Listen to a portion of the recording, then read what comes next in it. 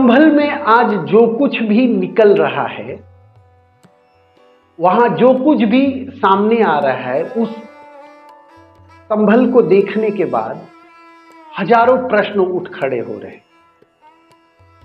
संभल में सच्चाई को छिपाया गया था, दबाया गया था, लेकिन जमीन का कलेजा फाड़कर संभल में सच बाहर आ रहा है और अपने साथ ले आ रहा है हजारों प्रश्न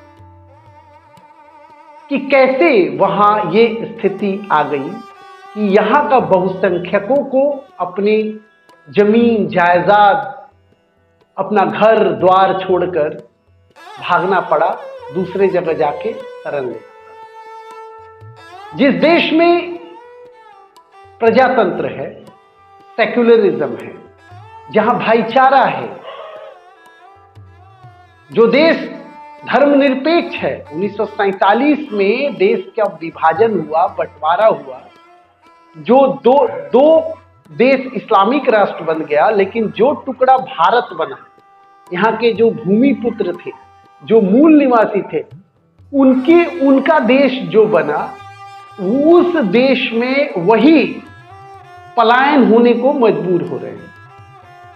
ये प्रश्न का उत्तर ढूंढने अगर हम निकलते हैं, तो जब हम बांग्लादेश में आज की स्थिति देख रहे हैं और जो सच्चाई वहां से सामने निकल कर आ रही है, तो इस प्रश्न का उत्तर मिल जाता है कि क्यों संभल में, जहां 45% बहुसंख्यक, आज जो भारत का बहुसंख्यक समाज है, हिंदू समाज, वो था, और 55% आज भारत का जो अल्पसंख्यक है वो था, लेकिन आज 2024 में ये डेमोग्राफी बदल के 90% अल्पसंख्यक समाज, जिसे अल्पसंख्यक कहा जाता है भारत में, मुस्लिम समाज, वो 90% है और केवल 10% बहुसंख्यक समाज हिंदू। कश्मीर में भी ऐसी ही स्थिति हुई। आज कश्मीर कश्मीरी पंडितों से शून्य हो गया,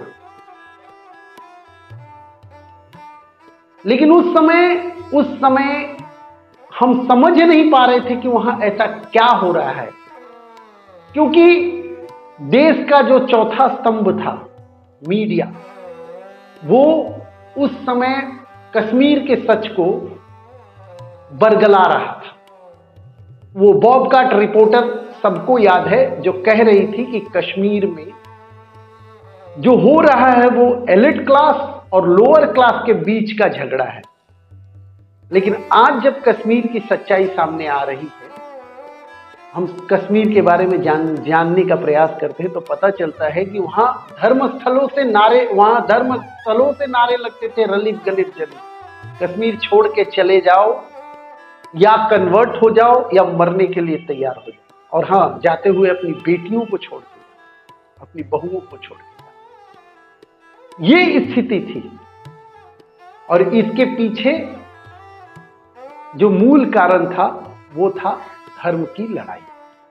लेकिन इसको बरगला दिया गया, इस सच को छुपा लिया गया। वो मीडिया हर बार उसी मीडिया के सामने, जो 75 वर्षों तक इस देश में जो रेवोल्यूशनरी मीडिया, जहां बॉबकाट रिपोर्टर, हाथ हिला हिला के बात करने वाले पत्रकार, अपने को रिवोल्यूशनरी पत्रकार कहने वाले लोग, जो उस समय मीडिया पे, जो मीडिया के ऊपर जो दखल करके, मीडिया के पूरे ये को दखल करके बैठे हुए थे, आज उन लोगों से ही सीधा प्रश्न उठता है कि उस समय क्या उन्होंने सचमुच में निष्पक्ष मीडिया की भूमिका निभाई? नहीं। आज भी वही लोग गैंग बना के ये बात कहते हैं, जो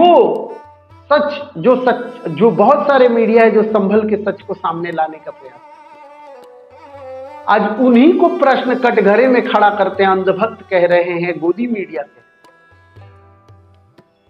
ये स्थिति संभल में,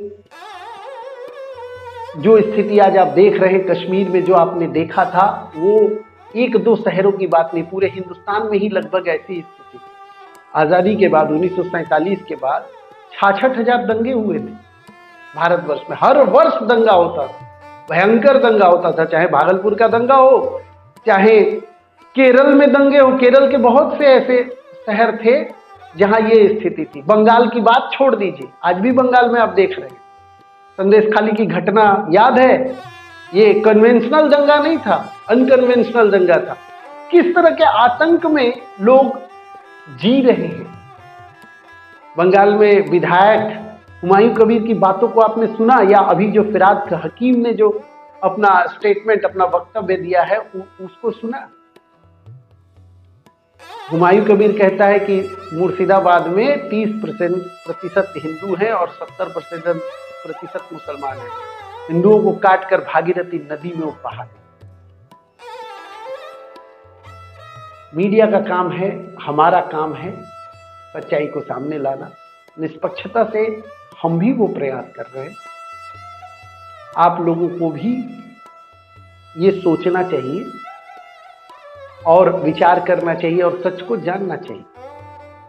इस देश की मूल समस्याओं का जड़, आज जो नौकरी की बात कर रहे हैं कि नौकरी कहाँ है, देश का विकास नहीं हो रहा है, जात पात की बात कर रहे हैं। आप सच बताइए कि इस देश की आज जो ये स्थिति है, आज संसाधन कम होते जा रहे हैं और जनसंख्या विस्फोट होता जा रहा है। 145 करोड़ के लगभग हमारी देश की जनसंख्या है। हम चाइना से ऊपर चले गए। कभी किसी राजनीतिक पार्टी ने निष्पक्षता से प्रयास किया कि जनसंख्या कानून लाए? कभी किसी पार्टी ने यूनिफॉर्म सिविल कोड, जो इस देश के लिए, इस देश को बचे रहने के लिए अत्यंत आवश्यक है, इस पे प्रयास किया? इस देश की जनता को बस बरगलाते रहे, झूठ परोसते रहे, अपनी दुकानदारी चला। आज सोशल मीडिया का जमाना है।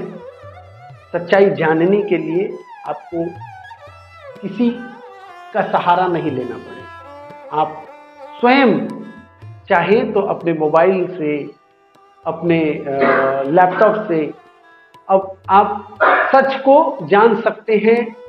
आप बेहतर ढंग से गवेषणा, रिसर्च कर सकते हैं कि सच क्या है, हो क्या रहा।